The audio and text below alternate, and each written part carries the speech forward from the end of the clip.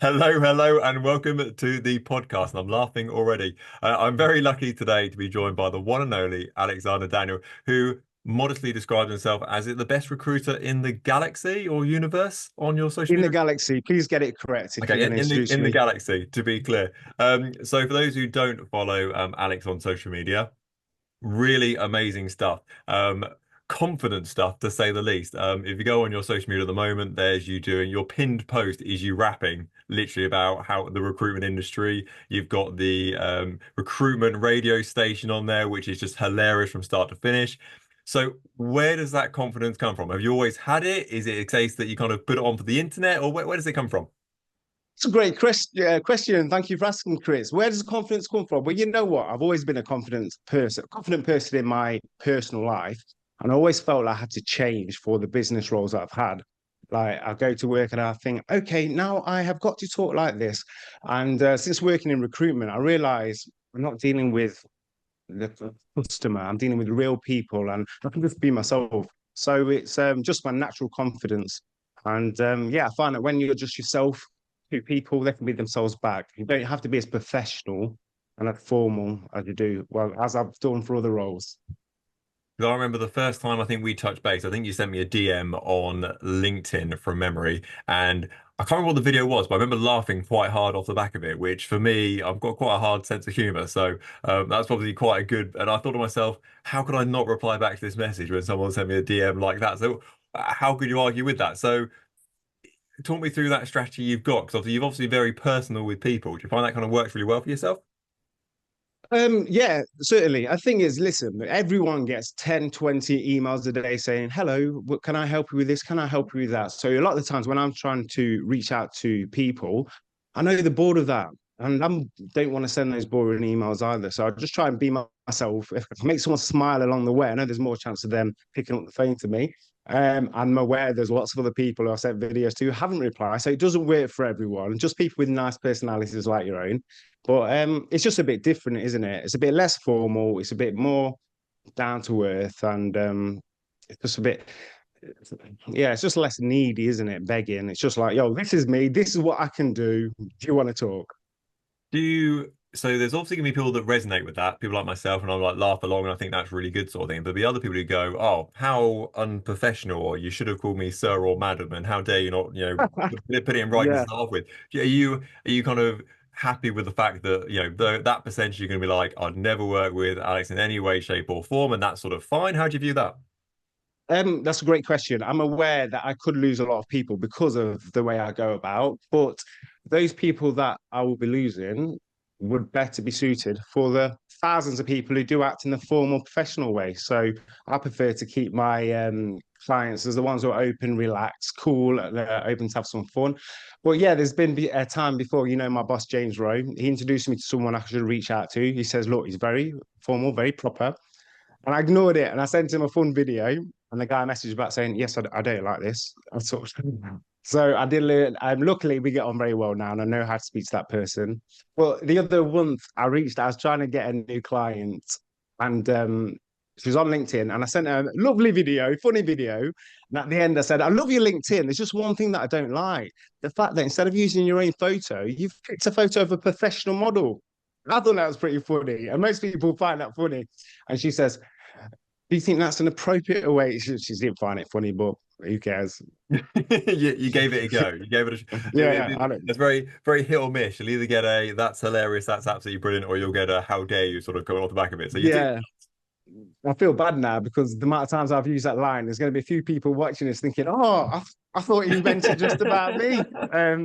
But I do only use it for very good-looking people. So if you have used it for you, Yeah, we well go. done. I'll await my message. Maybe not. Maybe it's in the post.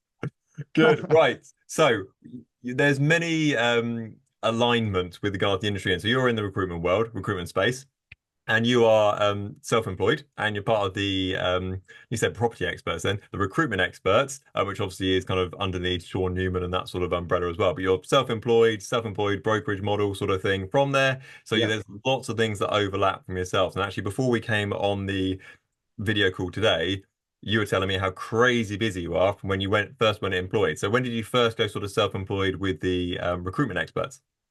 It's probably about maybe about June, July last year. I went Okay.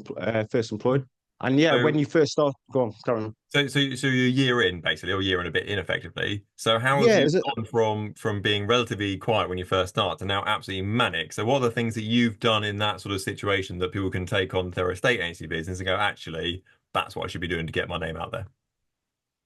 It's a good question. I just kept up. I had so before I started the job, I remember doing some research, and I read a book by a gentleman called Stephen. I can't remember his last name, but and he really gave me a really good insight into what to expect. So fortunately for me, when times were quiet, instead of getting down and thinking, "Oh, it's not working, I should give up," because of learning about other people's journey, it allowed me to know this is expected to keep on. And I did keep on and on and on and on. And luckily, it's paid off. Hmm. So do you think that's kind of a blessing, I suppose, there to kind of read those biographies or development books effectively who are going to paint the picture and say, look, you're launching your business today. This is what the past can look like. I've been there, I've done that 100 times, sort of thing. This is what you expect. When it does come through, you're like, aha, this is chapter three. Exactly. Yeah. And I remember a line in the book saying if you go into this job thinking it's going to be a 9 to 5, then it's not going to work for you. You need to treat this like a career, like you need to put your whole heart into it. And he said you'll need to do that for the first 6 months, 7 months. However, you may think after that time it'll be all good, but now it won't be because now you've got all this business coming in. You're gonna have to work even harder to keep up. So yeah, that is the case.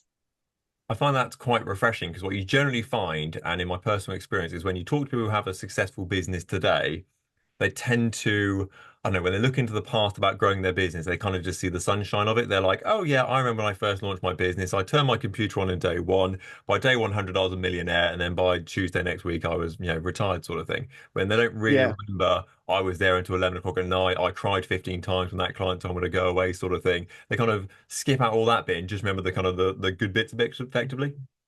yeah, certainly. I think yeah, I prefer people to be honest, and that gentleman in that book was honest. And yeah, there's been times when you got a lot of self doubt and you worry, and it's a struggle. And luckily, yeah, it paid off for me. How do you, slightly deeper question now. So when you do get some sort of that self-doubt and you think to yourself, oh, I thought that would have come in, or I thought this would have worked, or I thought something else would have happened.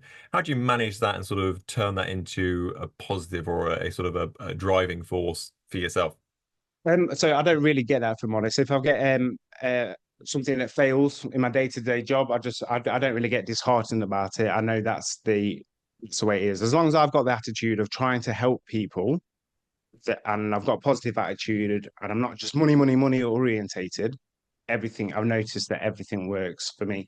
Um, I think the only time I was feeling sad is at the beginning when it was a lack of work.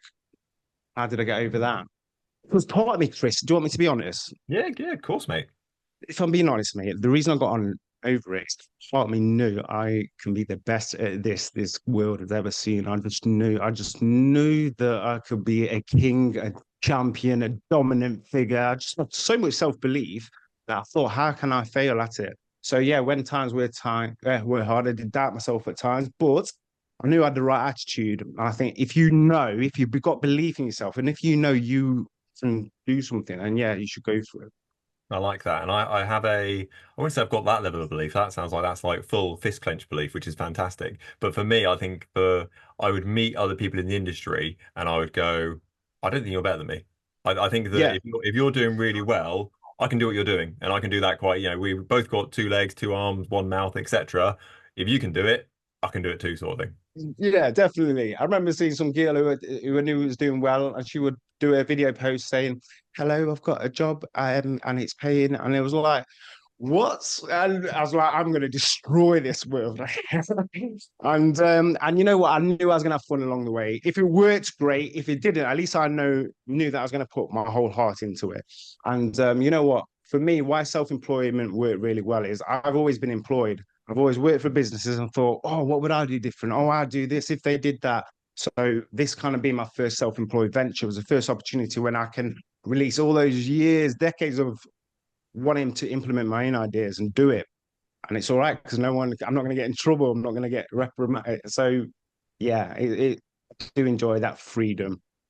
No, I like that. And I was doing a training course with a group of estate agents the other day, and I was like, and what we do at this stage, guys, is up to you. It's your business. If you decide we turn left at this point, that's great. We can do that. If you want to turn right at this point, we can do that as well, sort of thing. These are our choices in front of ourselves. It's your business. The fun bit is doing whatever the hell you want and going, yeah, let's see Yeah. if this works. Yeah, I mean, seeing senior people to me in previous jobs think, oh, I think I'll drive down to this city today and I'll do that. And I can remember thinking, oh, I'd love to just be able to think, you know what would be a good idea? I'll do this, I'll do this. And now I get to do that. It's amazing. And you know what I thought? All those years I used to clock watch, Chris, thinking 2 minutes to five, 1 minute to five, 10 seconds, gone. And I thought self-employed, I'm like, right, I'm going to be finishing at 2 o'clock each day. Not the case at all. It's like 7 o'clock at night. I'm like, is that the time? Is that the time? It's because it's yours. It's not working for a business where you're like, I am contracted to be here to a certain time and I care about the business, but not enough. Now it's like, this is mine. And it's a, I think Chris Rock made a joke saying there's a difference between a job and a career. A job, there's too many hours in the day, and a career, there's not enough. And I can really relate to that. And I remember watching that as a teenager and thinking, oh, I'm never gonna have a career. I'm not good enough. And so for me to have that now, I'm very happy. Oh, very. I like that. I've been trying to. I like my. I always think my Instagram stories are quite light-hearted compared to my actual social media posts are quite kind of not serious, but kind of work related. I always think my Instagram stories are a bit funner. And for a little while, I've been trying to put a post up saying, your expectations of being self-employed and kind of like being on the golf course and going swimming and whatever else it might be. The reality is just your diary, just like throughout the day, sort Yeah, of thing. yeah, And just kind of like the expectation versus reality. If you actually want to have a good business that grows, is that you are absolutely manic. We also absolutely love it at the same time, and you also wouldn't have it any other way. yeah. Yeah, you know what? Was it earlier this week? My missus rang me. I was like, babe, I'm swamped. I can't do this. I've got all this and I've got all that. And then afterwards, I remember thinking, I love this. Yeah, this is amazing. So yeah, enjoyable. Oh, that's very good. Yeah, I need to be careful in my household because occasionally I walk downstairs and say to my partner, "I'm really busy. Do you mind just like putting like a pizza in the oven or whatever?" And she's like, "I'm not your bloody PA." And I'm like, "Okay, okay, I get it." Right. So we've had a fantastic introduction to the podcast already. So let's get some serious stuff in. Well, serious-ish anyway. Okay. So recruitment world. Let's talk about, so obviously we've talked about before we came on today about your business sort of being your baby, and estate agency is exactly the same thing. You grow your estate agency business from a tiny seed of no instructionville through to a flowering plant of instructions and sale agreed, etc. When is the right time for someone to go, I've done as much as I can do as a one person band. The next chapter of my business is to get on a insert role here into the business. Good question. The best answer for that, I would say, is when you don't have enough time to do your job properly. If you are losing out on customers because you haven't got time to get back to them, or you're not there to do as much work as you've previously done because all the things are taking too much time up, then you need to hire someone else. Then you need that help. Obviously, the most important thing is bringing new business in. And as soon as you can't do that because there's not enough hours in the day, that's when I believe you should have hire people. And I also believe that there's nothing wrong about waiting till that time. I think too many people have an idea of, I want to be like this business. I want three people over there. I want three people sat there, and the dream of having that can sometimes cause people to rush. So I think, yeah, wait until when you are getting to a point where it's like, I can't keep up. Then bloody done for getting there. And that's maybe when you need to start thinking about hiring help. Yeah, I've had a few video calls historically where I've spoken to clients and they're like, look, I've got a bit of an embarrassing confession here, Chris. And I'm like, all right, go on. And they're like, well, I've had like 3 valuation leads in the last 2 days and I'm not phoning them at all yet. So I'm just too busy. I've got so much stuff going on with regard to listings and sales and viewings, etc., that I've just not had a chance to do it. So it's that situation when you take your foot off the gas on the lead generation stuff to kind of you're dealing with in your business, and actually a long term that then becomes an issue. You're kind of shooting yourself in the foot in 3 months' time when your cash flow dries up. Yeah, certainly. Yeah, certainly. So, yeah, waiting till the time is right is going to be, yeah, the best. And do you think kind of you've sort of answered the next question already, but do you think that lead generation and that sort of top of your sales funnel is the wise first hire choice? Because obviously someone who is a sort of a fee earner.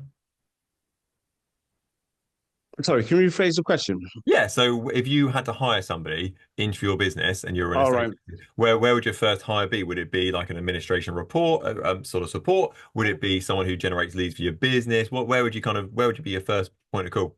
Oh, that's a good question. That is a very good question. Well, it depends. Everyone is going to be different.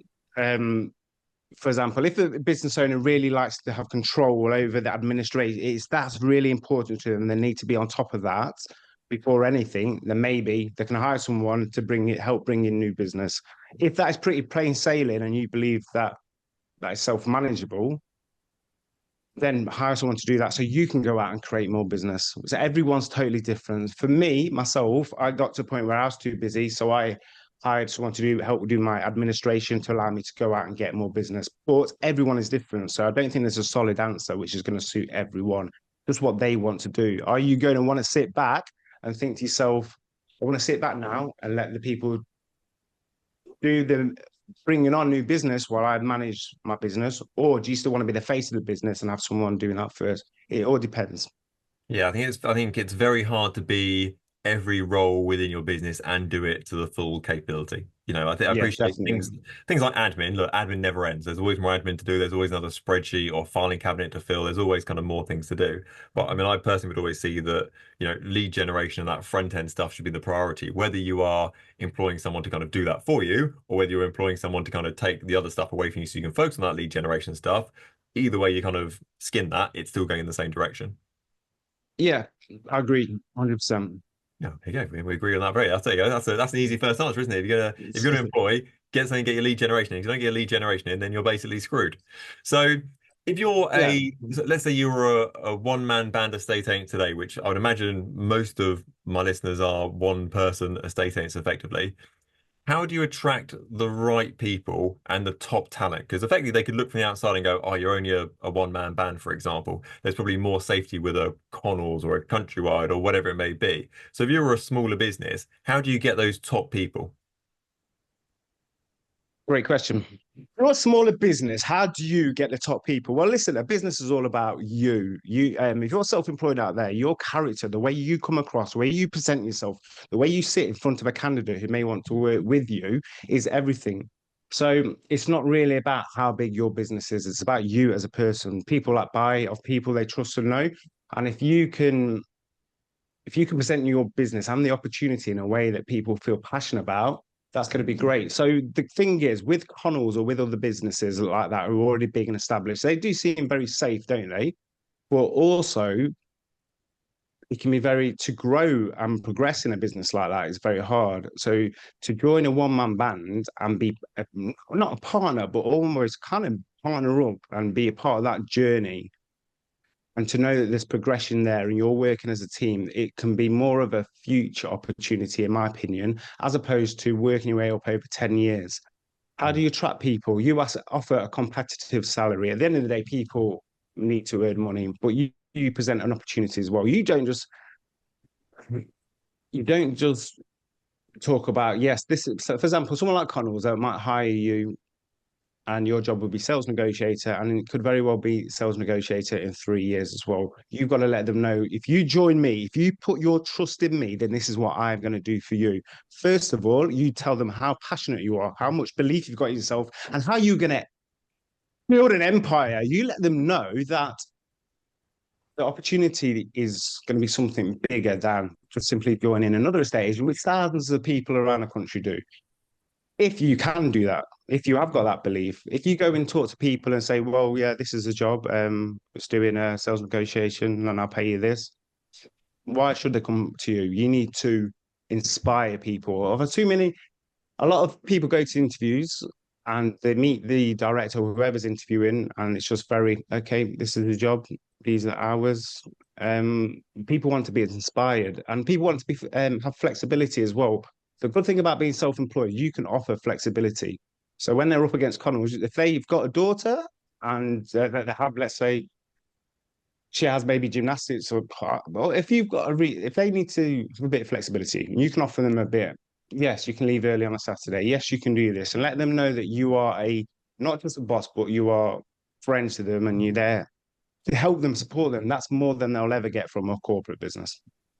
And do you Is think that that's an all the right answer? Was that a No, bit I think rubbish? that's absolutely, I think that's absolutely bang on. And do you think that the world's getting more and more pushed in that direction, sort of thing? Because something that I've not implemented yet, but is most definitely on my agenda to implement, is limitless holiday for the guys that work for our company, because I think it's a really nice thing to have there. And I think if you, excuse the expression, take the piss, you're probably not the right fit for the company. So therefore, if you, as long as you're, realistic with the holiday and you don't kind of go crazy with it, great, go nuts, sort of thing. You're here for the business, you know what you need to do week in, week out, and that's what it's may be. And do you think having incentives like that kind of outweigh the monetary side of things for lots of people where they go, actually, I might get an extra 5 grand with Connells, but I don't see my daughter once a week, for example? Certainly. Yeah, the more you do for your staff, the happy they are. Like I said when I started, I'm thinking 10 to 5, 5 to 5. When you're there, you're not given the freedom that or the flexibility that you would like, it just becomes a boring job that you don't really like and passionate about. Um, worked for a business once and he only wanted us to work 4 hours a day.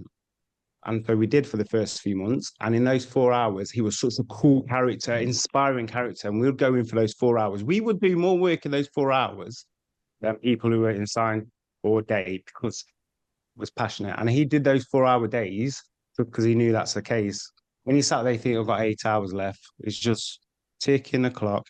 Okay, Mr. Jones, but when you get there and you ring the bell, bro, it was exciting. So listen, you work around your candidates or the people that you might want to take on. If you think someone's special, then you don't just say to them, well, this is ours, this is that. You say, what would work for you? What would make this place a happy place for you to not only be happy here, but to be passionate? So I want you to grow with me. You need to inspire people, yeah.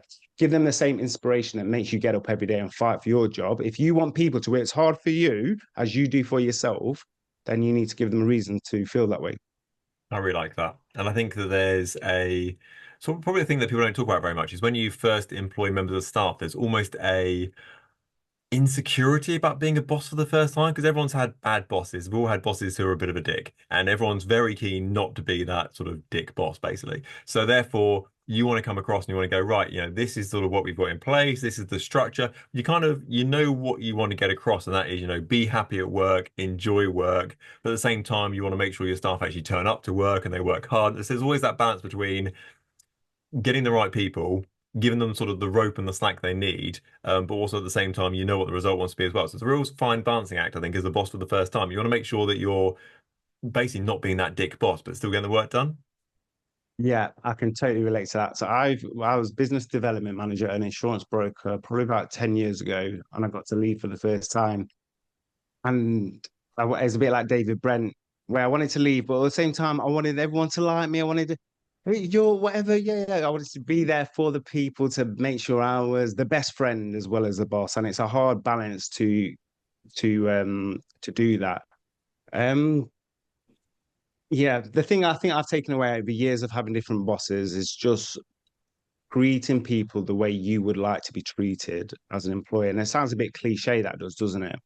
So I've got an administrator, Angela. If you're watching, hello. She does everything. Absolutely amazing person. And even though it's her job, I make sure to praise her for everything she does. Thank her for everything I do. If I can do anything for her, when she says to me, Alex, I'm going away for 5 days, I pay her for it. If I do whatever I can. I know that so she can be happy. And she was recently offered a job at a bank.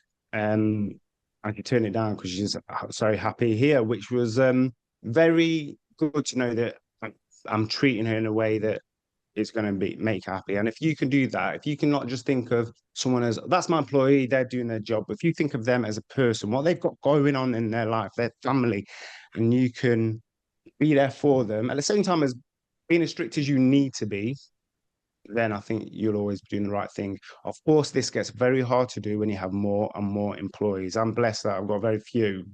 Um, but I understand that it's not as easy if you've got more employees. You can't treat one employee this way or the other way. So I'm talking about your first employee.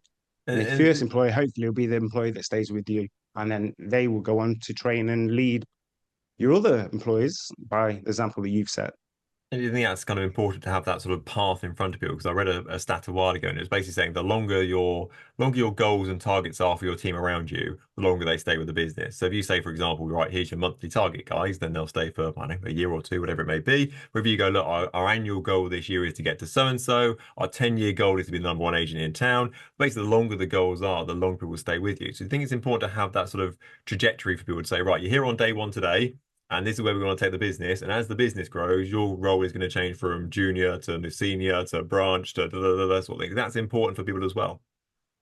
Yeah, certainly. I speak to, so my job is stealing. I'm a thief and I try and steal from silly estate agents who don't use me as a recruiter to steal their best talent. And every now and again, of course, so I speak to someone and they'll say, "Oh, you know what? I'm just a year and a half away from being promoted." So, having promises in place will help you retain staff.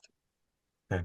How do you manage the time between having a team around you that is kind of helping you grow the business, but also doing your job at the same time? Because if you come on board and you go, right, if you drop two new starters on me today, I'd be going, like, guys, strap yourself in. This is going to be like either going to be a power onboarding, or it's going to be a case where I don't get to talk to you for a week and a half and then you start work sort of thing, because the time just isn't allotted. So how do you balance that time between having a sort of a taking your foot off the gas slightly on your business side of things, so you can get people on board to actually help with you, but without the business taking a huge step backwards where possible?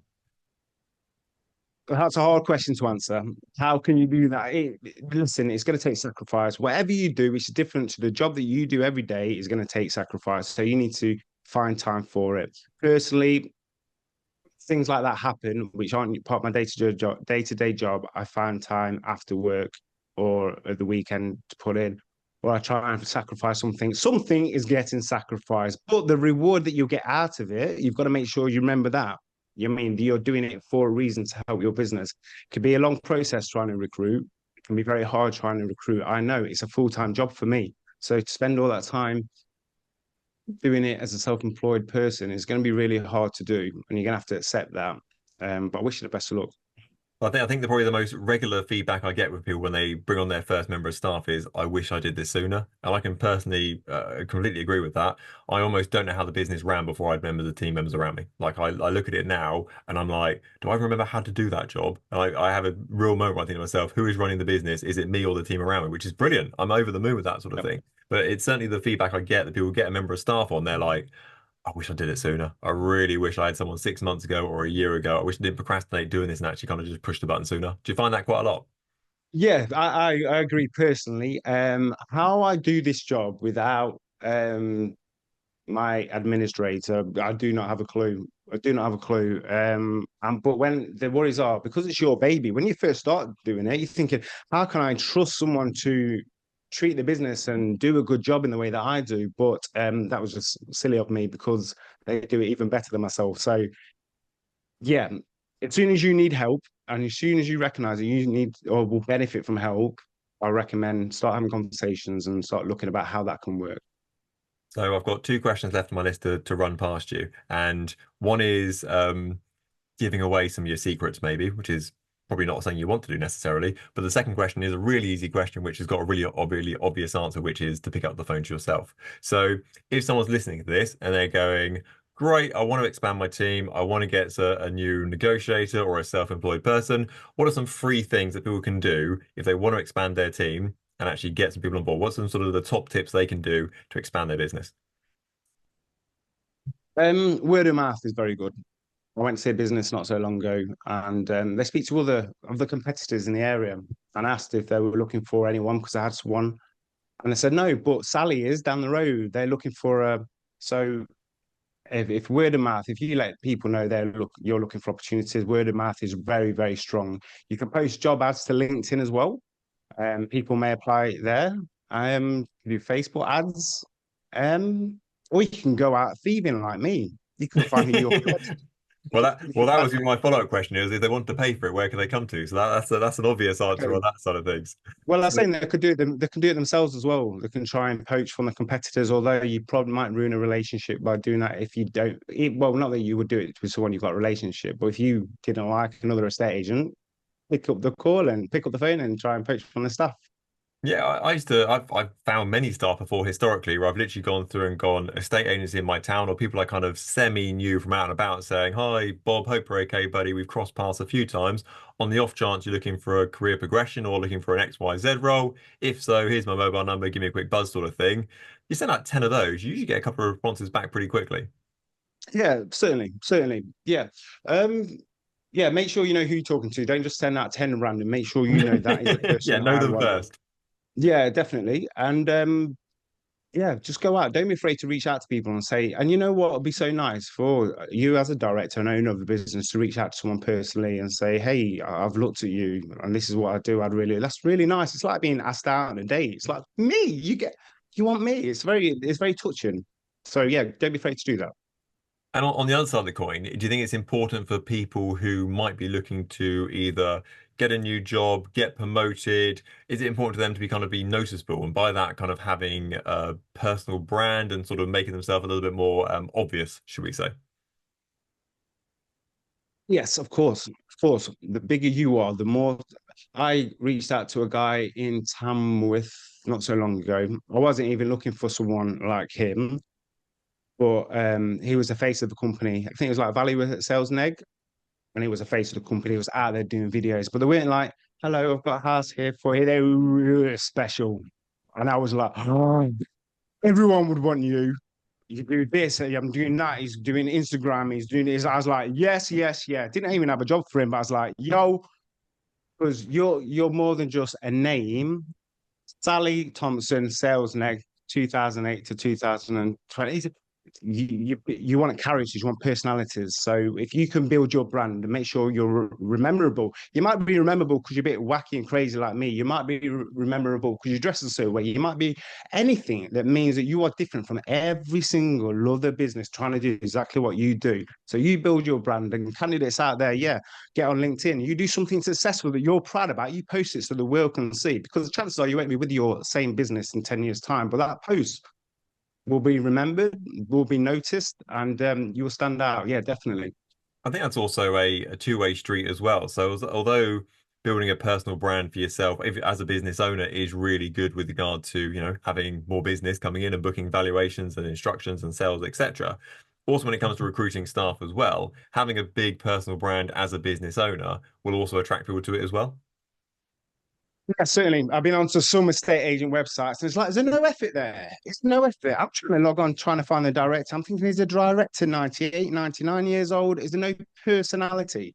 Um, I've had um, I've had so many times people. I was recruited for this business in my last recruitment job, and recruiting for this company. And people, I tell them all about them, all the really good actual positives, and they'll go to the website, ring me back, go, no, doesn't look appealing. You need to make it look like a fun place to work, a nice place to work. You need to add character, personality, color, life. People are going to want. People aren't going to just be sold by job title, salary. They want more. They want happiness. A lot of times, people move house. It's not so they can get move jobs. It's not so they can get a little bit more money. So they can be happy. And if you're a business that shows that you've got some fun, you've got some character, then that goes a long way, definitely.